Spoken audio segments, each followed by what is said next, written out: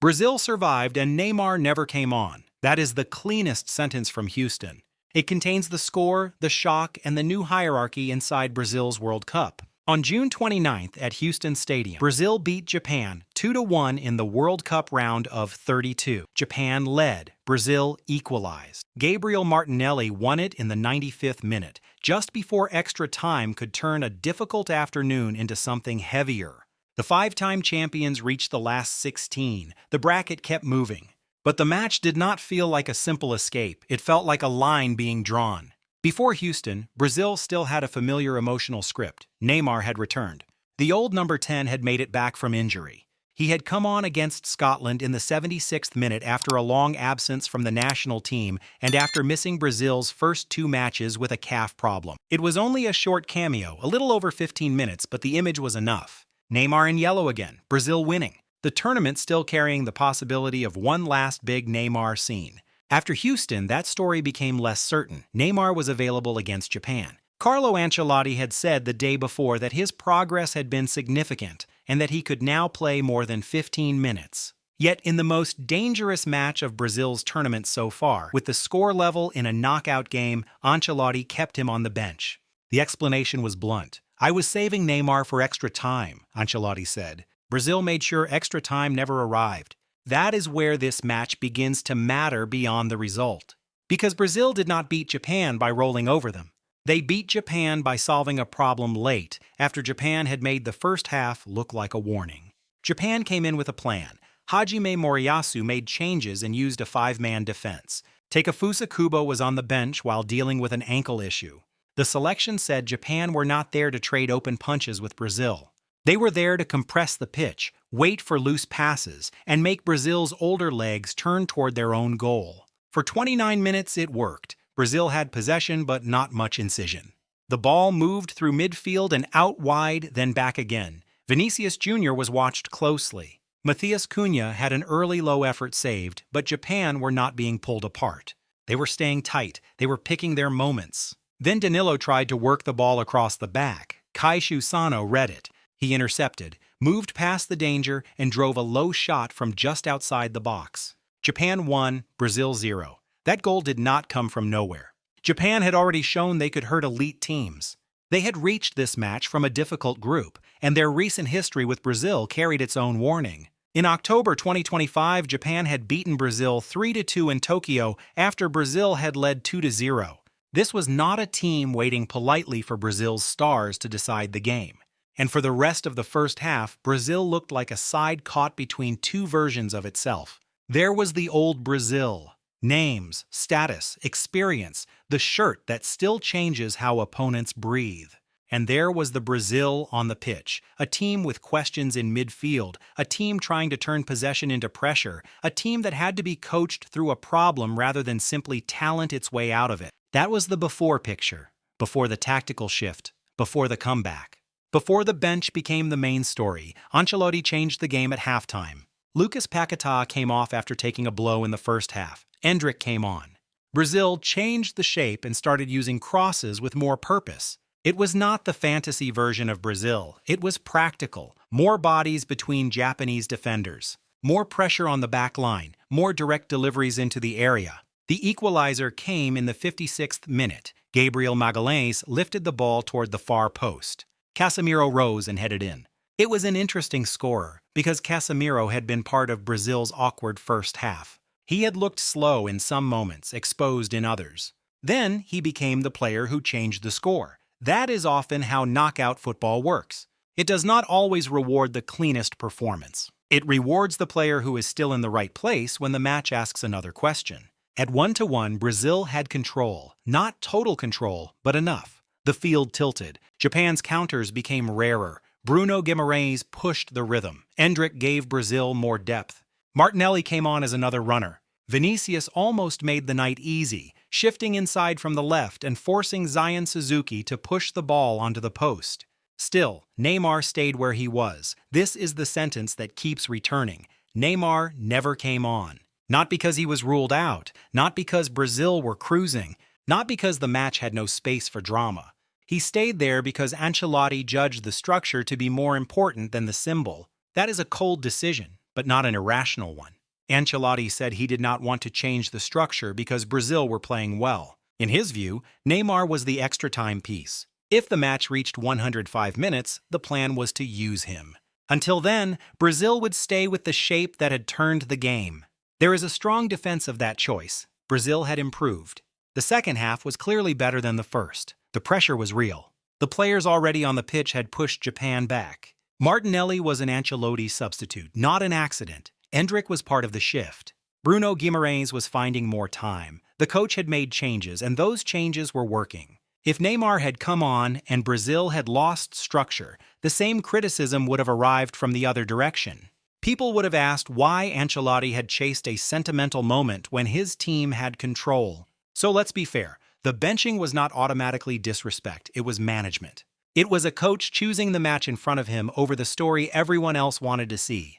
But the margin was very thin. If Martinelli does not score, Brazil go to extra time with a giant question already waiting. If Japan steal a second, the question becomes brutal. Why leave Neymar unused in a knockout match when the tournament was on the line?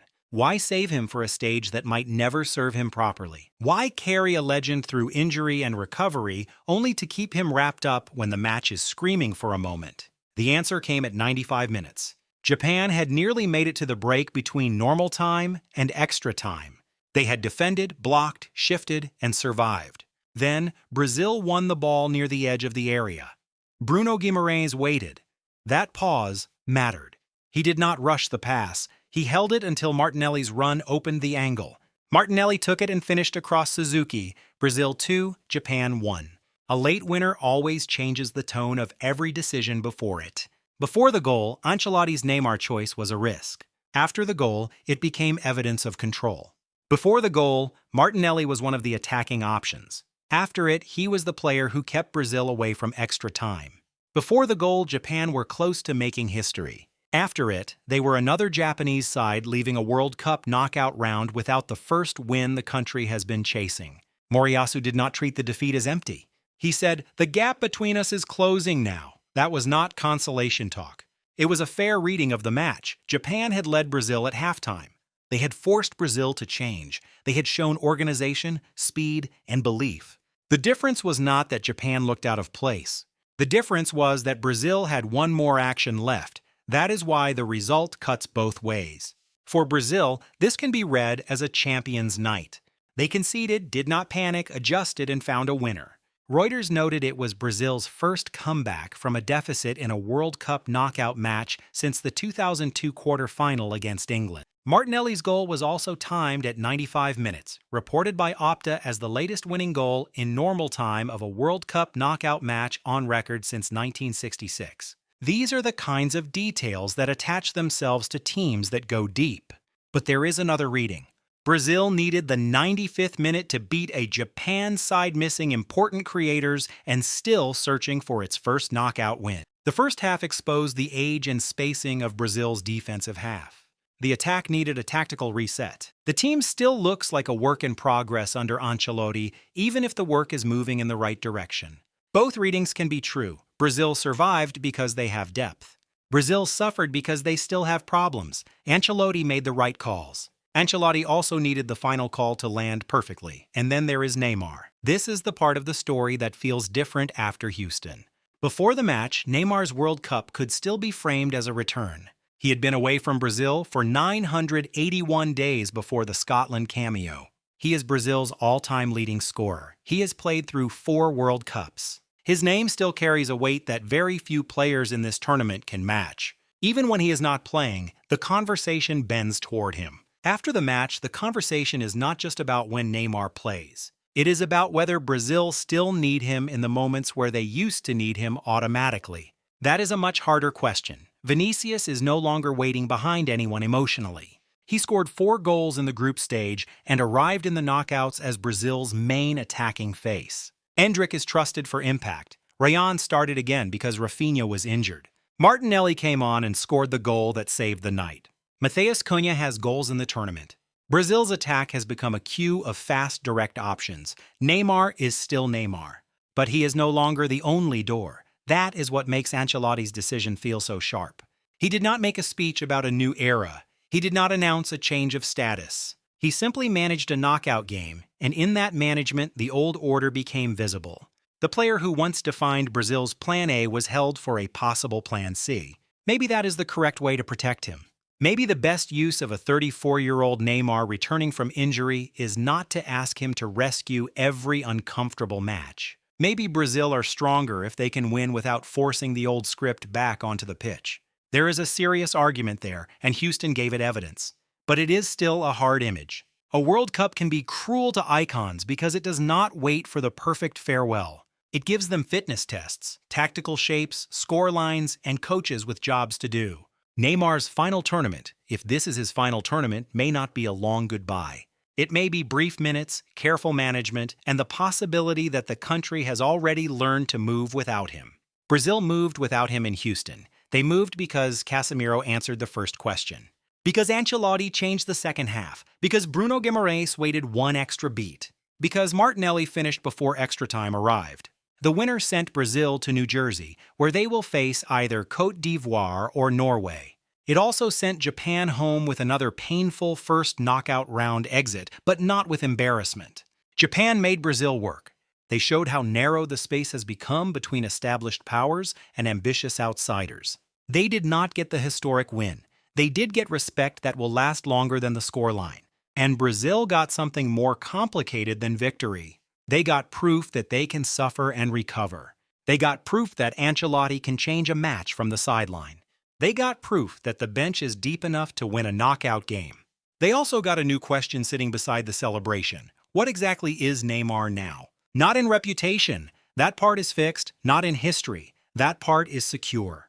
The question is practical. Is he a late-game weapon, an extra-time specialist, a protected veteran, a luxury? Or is there still one night ahead when Brazil will need the old Neymar, not as a memory, but as a solution?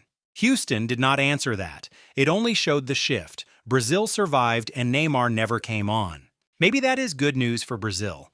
Maybe it means the team is finally bigger than one player. Maybe it means Ancelotti has the authority to make the cold decision even when the emotional decision is sitting 5 meters away. Or maybe it is the first sign that one of the era's defining players is watching his World Cup story move without him.